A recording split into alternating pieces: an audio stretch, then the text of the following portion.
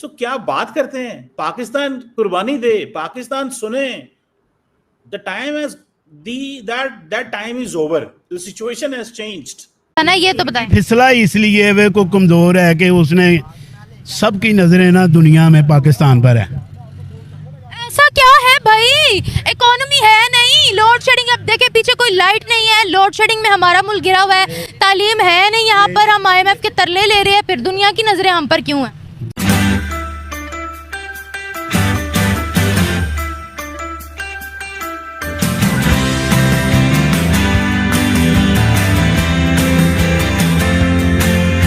तुर्की का एक नाम है, तुर्की के तो इसराइल के साथ भी अच्छे ताल्लुकात है।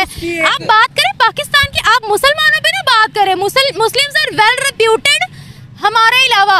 नहीं, हम तो खैर बाहर गल्फ में रह के आए हैं ना, जो अपना पाकिस्तान का जो बाहर जो रिस्पेक्ट है वो हमें अपना बेहतर जानते हैं, जो हमारे पासपोर्ट की जो वैल्यू है हमें पता है, ठीक है।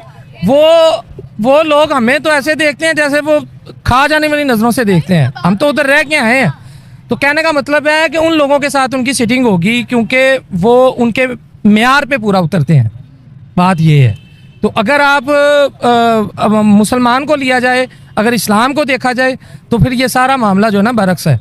ये लोग यहूदी लॉबी कभी भी नहीं चाहेंगे कि मुस्लिम कम्युनिटी को या मुसलमान के साथ इत्तेहाद हो या किसी भी मुल्क के साथ, तो ये तो अज़ल से हमारे दुश्मन है।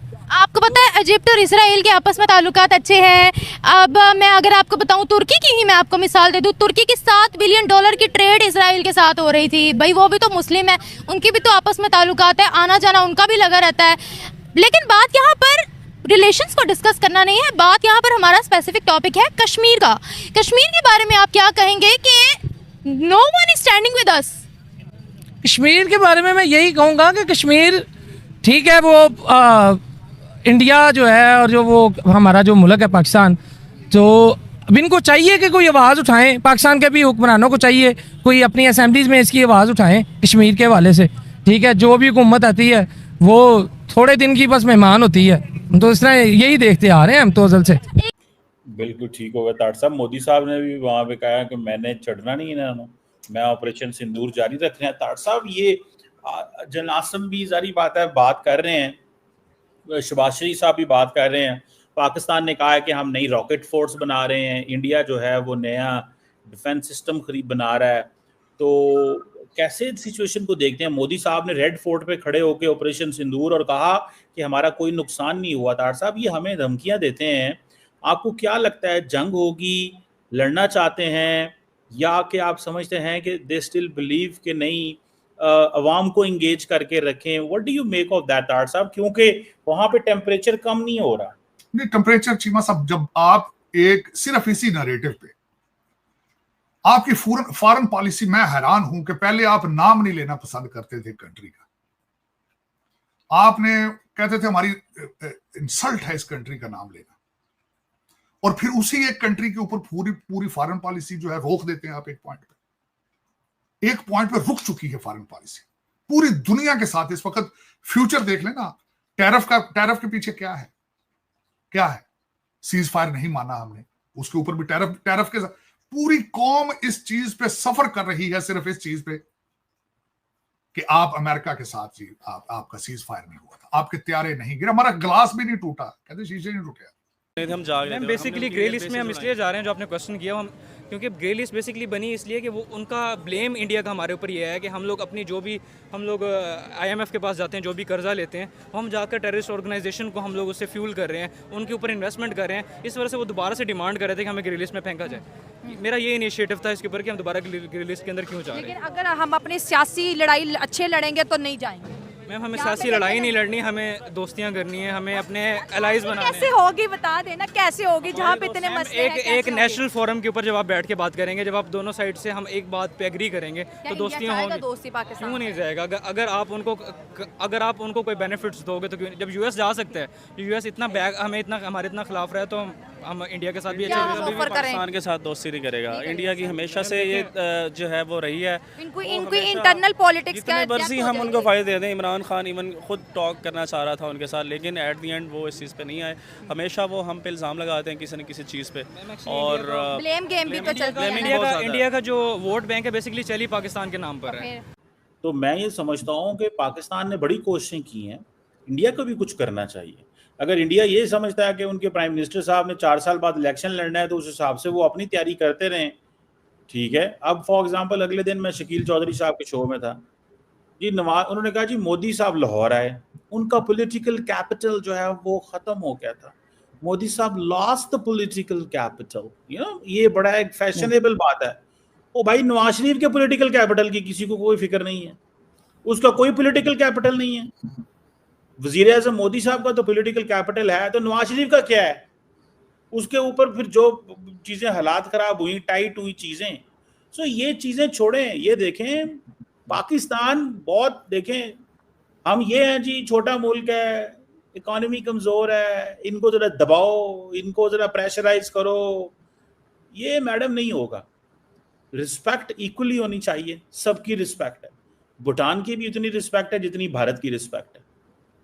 ये नहीं है, देखिए इंडिपेंडेंट सॉवरन कंट्री है, ये नेशन स्टेट सिस्टम है, इसमें सॉवरन नेशंस की इक्वल रिस्पेक्ट है, सबका एक लॉ, एक वोट है यूएन के अंदर। तो मेरा ख्याल है कि भारत जो है वो बड़ा मुल्क है, उनको चाहिए कि वो लीड करें। लीड क्या करें? कोई रास्ता लेके आए, कोई फार्मूला तय करें, टेबल पे बैठे। सिर्फ दुनिया के सामने टीवी पे आके कहेंगे हमने कश्मीर ले लेना है, तो ओके ले सकते हैं भाई, ताकतवर मुल्क हैं, ट्राई कर लें। देखिए ट्राई करने की, सर वो तो हम भी सर गज़वा हिंद की बात करते रहते हैं ना।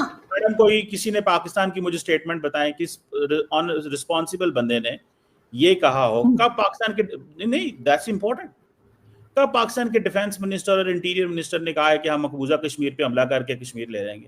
Show me any statement of Pakistan's defence minister and home minister.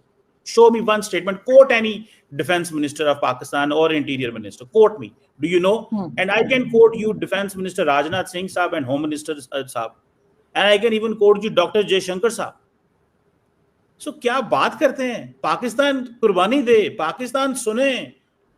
The time has that time is over. The situation has changed. तो क्या कुर्बानी दी है? एक मुझे बात बताएगा, हमसे कोई ये सवाल कर दे आपके कश्मीर में क्या है, क्या डेवलपमेंट है, आपके पास जवाब क्या होगा? भाई कश्मीर तो पहली तो बात है, मैं गया भी नहीं ना मैंने देखा है, ये नहीं देखा ना। सोशल मीडिया पे हमने बातें सुनी है। आपको ये भी नहीं पता होगा कि वहाँ क्या क्या है, नहीं तो पता, ये भी नहीं पता, बस यही देखा है कि टूरिज्म ज्यादा है वहाँ, सियाहत ज्यादा है। देखिए अब आपको, आपसे मैंने आज़ाद कश्मीर की बात बोली, आपको नहीं पता पाकिस्तानी, ठीक है। यही अगर सवाल होता जम्मू कश्मीर जो कि इंडिया के पास है, ठीक है, हम लोगों ने उसमें पैराग्राफ्स लिख देने थे ना कि वहाँ ये हो रहा है। हमें हमारे उस हिस्से का नहीं पता जिसको हम शारक कहते हैं, कि वहाँ पर बिजली का यूनिट कितने का है, वहाँ पर स्कूल्स की क्या हालात है, वहाँ पर तालीम का मयार क्या है, वहाँ पर क्या इंटरनेट सर्विसेज चल रही हैं या नहीं चल रही, वहाँ लिटरेसी रेट है या नहीं है। तो आपको लगता है कश्मीर पर आवाज़ उठाना या कुछ भी कहना हमारा हक है? जी बिल्कुल, वो तो हमारा राइट बनता है हमारा, क्योंकि एक मुस्लिम अपना मुल्क है तो हमारा तो हक बनता है। मुसलमानों का क्या हाल हो रहा है? तो भाई ये तो अपनी कंट्री में है ना, मेरी बात सुनो, ये तो हुकूमती सतह के ऊपर बातें होती हैं ना सारी, ये तो हुकूमती सतह की, ये हुक्मरानों का काम है ना।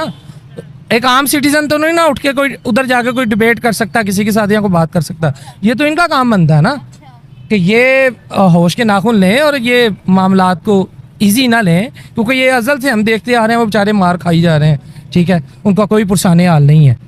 तो हिंदुइज्म जो है जो वो तो हमारे अज़ल से दुश्मन है, ठीक है, अगर आप उसको देख, हिंदुइज्म आपका दुश्मन है और जितने मज़ाहिब है दुनिया में वो नहीं है। जितने भी मज़ाहिब हैं, देखें ना इस चीज़ को, अगर आप अगर इस बात को देखती हैं, अगर इस्लाम के सांचे में हम देखते हैं इसको, तो कुरान मजीद के अंदर अल्लाह ताला का साफ फरमान है कि यहूदी और नसारा तुम्हारे कभी दोस्त नहीं हो सकते। ये तो हुक्म है, फैसला अल्लाह पाक का, तो हुक्म है। फिर मुझे ये चीज़ समझ नहीं आती है कि चाइना शारक से करीब दोस्त कैसे हो सकता है भाई?